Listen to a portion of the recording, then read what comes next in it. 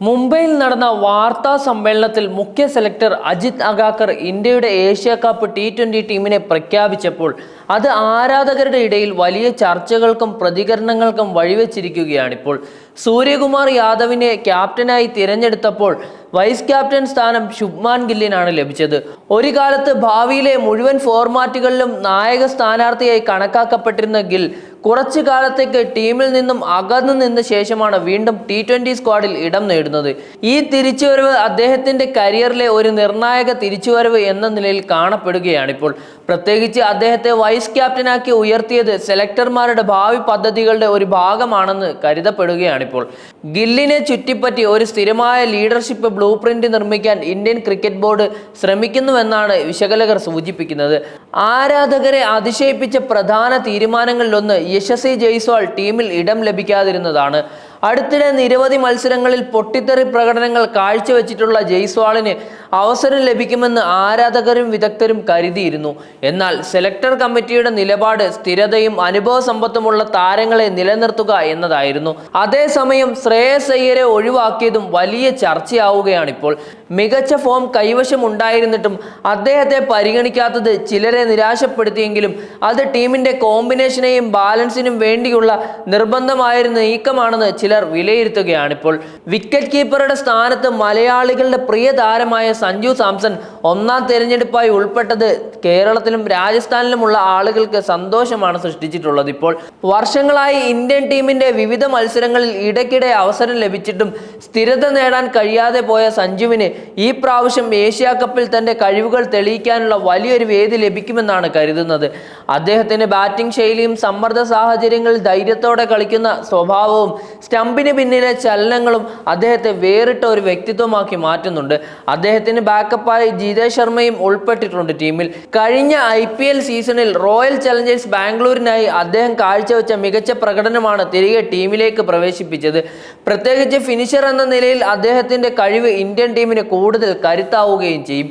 ഇന്ത്യയുടെ pace bowling നിരയെക്കുറിച്ച് പറയുമ്പോൾ അത് വെറും വാക്കുകളിൽ ഒതുങ്ങുകയില്ല. ജസ്പ്രീത് ബുംറയുടെ നേതൃത്വത്തിലാണ് ഇത്തവണ പേസിംഗ് നിര എത്തുന്നത്. ഗുരുതര പരിക്കുകൾക്ക് ശേഷം തിരിച്ചെത്തിയ ബുംറ തന്റെ പഴയ ആക്രമണ താളം വീണ്ടെടുക്കുന്നുണ്ട്. അദ്ദേഹത്തിന്റെ സാന്നിധ്യവും ടീമിന് ആത്മവിശ്വാസം വളർത്തുകയാണ്. അദ്ദേഹത്തിന്റെ പന്തുകളിൽ വരുന്ന വൈവിധ്യവും മരണ ഓവറുകളിൽ കാണിക്കുന്ന കരുത്തും ഇന്ത്യൻ ടീമിന്റെ ഏറ്റവും വലിയ ആയുധമാണ്.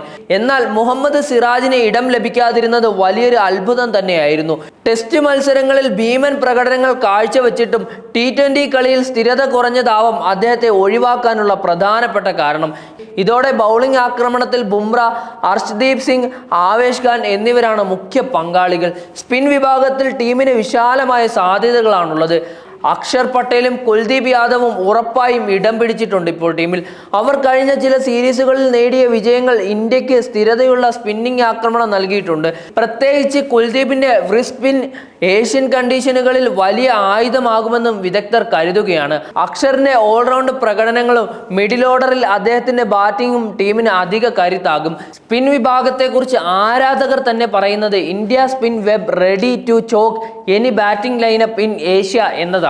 ബാറ്റിംഗ് നിരയെക്കുറിച്ച് പറഞ്ഞാൽ സൂര്യകുമാർ യാദവിന്റെ നേതൃത്വം തന്നെ ഏറ്റവും വലിയ ടേക്കിംഗ് പോയിന്റ് ആണ്. അദ്ദേഹം കളിക്കുന്ന ഓരോ ഇന്നിംഗ്സും വ്യത്യസ്തമായ എന്റർടൈൻമെന്റ് വാല്യൂ കൊണ്ടുവരുന്നു. അദ്ദേഹത്തെ പലരും മിസ്റ്റർ 360 ഓഫ് ഇന്ത്യ എന്ന് വിളിക്കുകയും ചെയ്യുന്നുണ്ട്. അദ്ദേഹത്തിന്റെ ആക്രമണ ശൈലി, പ്രത്യേകിച്ച് പവർ പ്ലേ കഴിഞ്ഞുള്ള ഓവറുകളിൽ ഏത് എതിരാളികളെയും സമ്മർദ്ദത്തിലാക്കാൻ കഴിയും. വൈസ് ക്യാപ്റ്റൻ ഗില്ലിന്റെ സ്ഥിരതയും സൂര്യയുടെ പൊട്ടിത്തെറിയും ഒരുമിച്ച് ഇന്ത്യയുടെ ഓപ്പണിങ്ങിനും ടോപ്പ് ഓർഡറിനും വലിയ ശക്തികൾ നൽകുകയും ചെയ്യും. മധ്യനിരയിൽ സഞ്ജു, ഹാർദിക് പാണ്ഡ്യ, അക്ഷർ എന്നിവരുമുള്ളപ്പോൾ ഫിനിഷിംഗ് കഴിവും ഉറപ്പാണ്.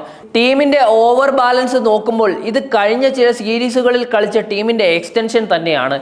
സെലക്ടേഴ്സ് വലിയ മാറ്റങ്ങളൊന്നും വരുത്താതെ മുൻപ് വിജയകരമായ കോമ്പിനേഷനുകൾ നിലനിർത്താൻ തീരുമാനിച്ചതിലൂടെ അവർ ഏഷ്യ കപ്പിന് കൺസിസ്റ്റൻസി ഓവർ എക്സ്പെരിമെന്റ് എന്ന സമീപനം സ്വീകരിച്ചുവെന്ന് വ്യക്തമാണ്. ആരാധകരും ക്രിക്കറ്റ് എക്സ്പേർട്സും പറയുന്നത് ഇന്ത്യ ഒരു മികച്ച ടീമിനെ തന്നെയാണ് ഇത്തവണ ലൈനപ്പായി ഇറക്കിയിരിക്കുന്നത് എന്ന് തന്നെയാണ്. ഭാരതത്തിന്റെ ഏഷ്യ കപ്പിലേക്കുള്ള യാത്ര വെറും ഒരു ടൂർണമെന്റിന്റെ പങ്കാളിത്തമല്ല, ലോകകപ്പിന് മുന്നോടിയായി ഡ്രസ് റിഹേഴ്സൽ തന്നെയാണ്. ഓരോ താരവും അവരുടെ സ്ഥാനങ്ങളിൽ സ്ഥിരത തെളിയിക്കേണ്ടിയിരിക്കുന്നു.